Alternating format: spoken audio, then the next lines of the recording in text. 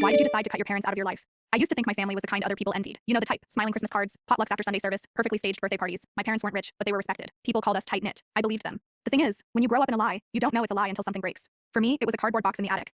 I was helping mom move some old decorations when I knocked over a stack of dusty bins. One cracked open, and letters spilled out, handwritten ones, thick with emotion. I recognized the handwriting instantly. It was Erin's, my sister.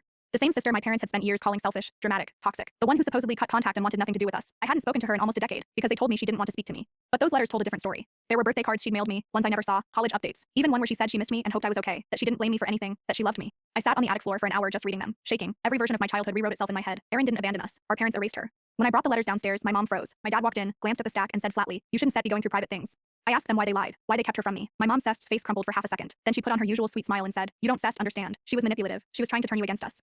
Gaslighting, right to my face. That night, I couldn't sleep. I lay there, thinking of every moment I'd hated Erin for leaving me. Every time I didn't return her messages because I believed our parents. Every year, I celebrated holidays thinking she didn't care. But she did. They just made sure I never saw it.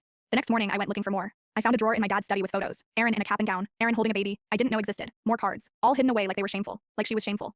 And something in me cracked. I started wondering what else they'd lied about. If Erin wasn't the villain, what did that make them? When I brought it up again, my dad told me to stop digging up the past. My mom said I was being emotional. But this wasn't emotion. This was betrayal. This was truth crashing into everything I thought I knew. That was the beginning of the end. Because once you see a lie that big, you start seeing all of them.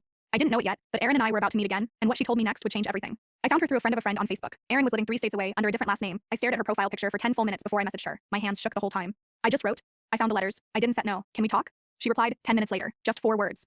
Meet me this weekend. I drove 7 hours straight, barely stopping. I didn't tell my parents. I didn't want them to know until I knew everything. Erin met me at a diner off a quiet highway. She looked the same, just older, stronger, tired. When I walked in, she stood and hugged me so tightly, I almost forgot how angry I was, how heartbroken. She sat down, took a deep breath, and said, "I thought you hated me." I told her I did, because I believed them, because I trusted our parents more than I trusted my own gut. And then she said the words, I had to never forget. "You weren't Set the golden child. You were the shield."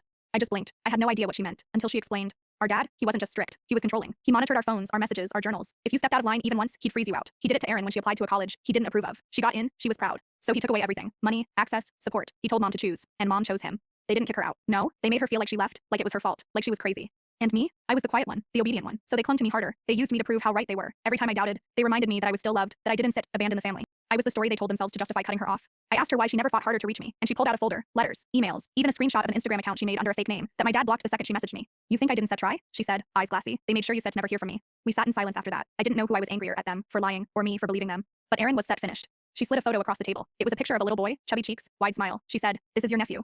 I stared at it, then back at her. "I have a nephew?" She nodded. "And you would met him 5 years ago. If they hadn't burned every bridge I built." My whole world shifted. Again. When I got back home, I didn't yell. I didn't argue. I packed a bag. And when my mom asked where I was going, I looked her in the eye and said, "To meet the family you buried." I haven't spoken to them since. They still call, still email, still send birthday cards pretending nothing happened.